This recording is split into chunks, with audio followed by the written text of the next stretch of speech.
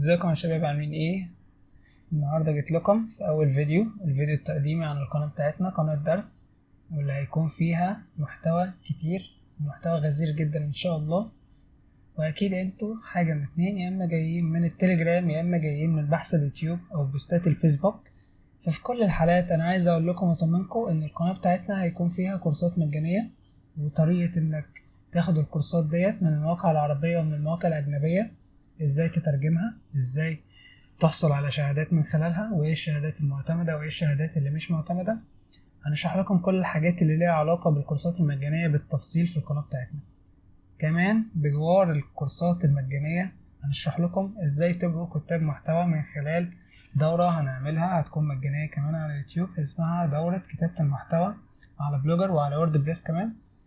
كمان هنتعلم ان شاء الله ايه هما افضل برامج تعلم اللغات، وهنشوف أهم كورسات تعلم اللغات على مستوى العالم كله. وكمان بجانب كده فيديوهات عن زيادة الإنتاجية وتنشيط الروتين الخاص بيك بتاع كل يوم، وفيديوهات تانية من أنواع كتيرة جدا في القناة بتاعتنا هنشوفها مع بعض.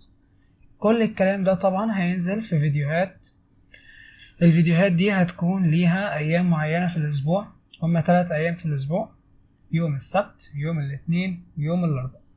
استنوني فيديوهات جاية كتير. وبس، ده كان كل اللي عندي النهاردة. سلام.